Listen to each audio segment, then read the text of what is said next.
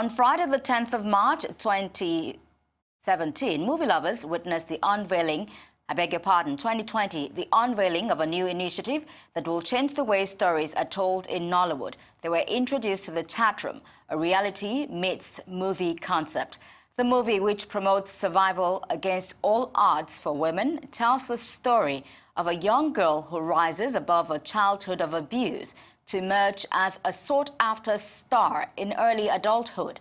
The chat room, according to the producer, is based on a true life story with high entertainment value, even as it informs and educates watchers of the issues around sexual abuse of girls.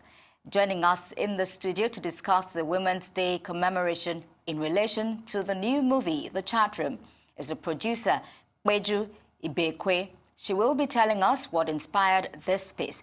Good to have you join me this hour, Peju. Thank you, Jadisola. Producer of The Chat Room. Before we go into all that, let's talk about the International Women's Day. It is our day. We should celebrate it. Sure. Now, tell me what this day means to you, the International Women's Day. What does it mean to you? The International Women's Day is another time in the year for us to celebrate women, to celebrate their struggles, their achievements, their growth, and how much the gender gap has been closed. Unfortunately, it's not like there's been so much progress like we would have wanted in that area, but it's an opportunity for us to put the spotlight on women and celebrate them for the work they do 24 hours, 7 days in a week. Well, your movie talks about abuse. It is centered on abuse of the girl child. So how successful do you think we have been in the battle to eliminate all forms of violence against women and girls? I do not think we have been very successful. I do not think we're paying sufficient attention to the issues around abuse against women and girls in the workplace, in the home front. More because there's a lot of denial. So you find homes being mini prisons for girls that have been abused because you find their mothers that are supposed to be their so-called, telling them to keep quiet, don't tell anybody, let's not spoil the family name, let nobody know about it. And that is even where you find the mothers are aware, because most times the girls get abused and they just keep quiet. And some of them go to the grave with this information and they never find help. They never get healing. That's the worst part, not getting healing. Not getting healing. So you find they live terribly suboptimal lives. It is extremely critical that we pay attention to these issues.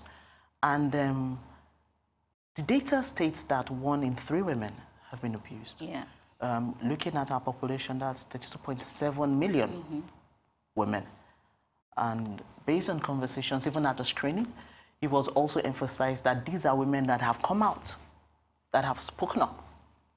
Against and violence. That data is also dated. This is about 3 years ago from the World Bank.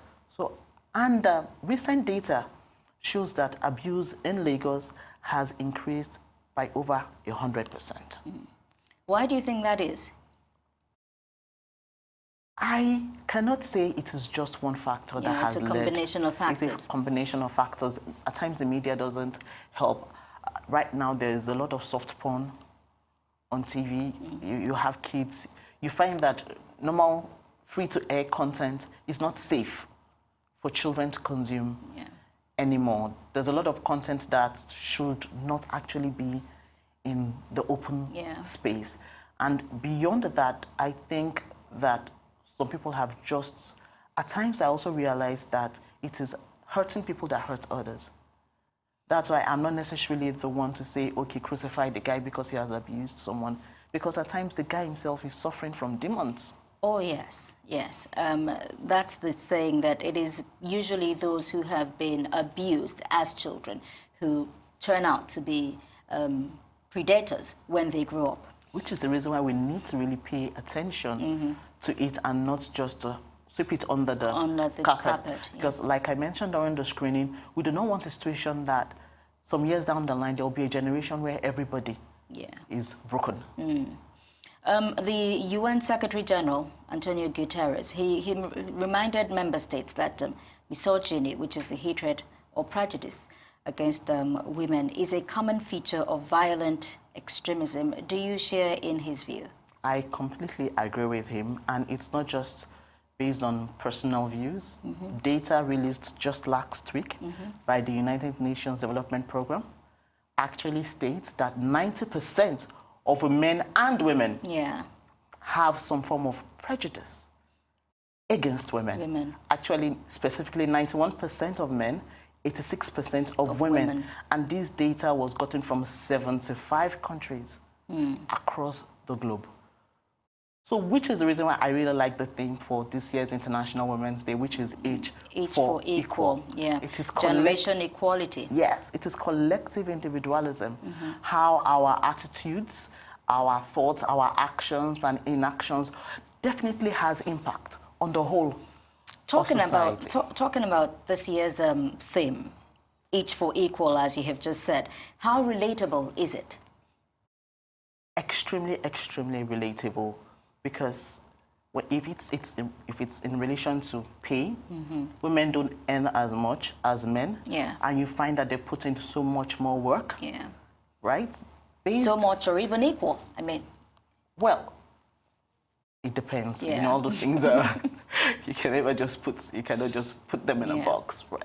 So even when it's equal work, they don't earn as much. They don't have as much opportunities. And like I mentioned before, it is not just the men that are putting a glass ceiling above them. Even women are putting glass ceilings over women. Your movie, The Chat Room, what inspired it?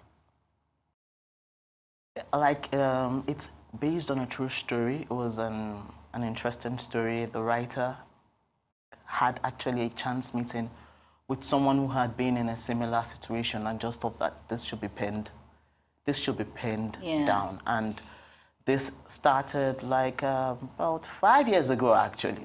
The Chat Room is not a story that started today. Of course, there were several script conferences, but definitely it was inspired by a true life story. Now, 4 years down the line, 5 years down the line, there's no day I pick up the newspapers, I'm not reading something about this. And for me, it is really heartbreaking, more heartbreaking because there's a societal stigma that should not be there. Because this thing is happening in every single home. So why the stigma? Because if you're going to look down at me because someone in my family was abused, there's someone in your family that has also been abused. So please, we're all equal here, or use that word. Each for equal. Now, what level of protection, sensitization and awareness are you creating, or do you think that this movie will garner? There's a start. We had the screening at the British Deputy High Commissioner's residence to mark this celebration. We believe it is a very timely message because everyone that watched it is saying that, yes, it's almost like it's been a long time coming. Of course, you started production in 2017. Yes, the pre-production and all that. Cool. So it's been a long time coming, and it takes courage, actually, to deal with these issues. But these issues need to be dealt with because it's something that concerns our homes, our society.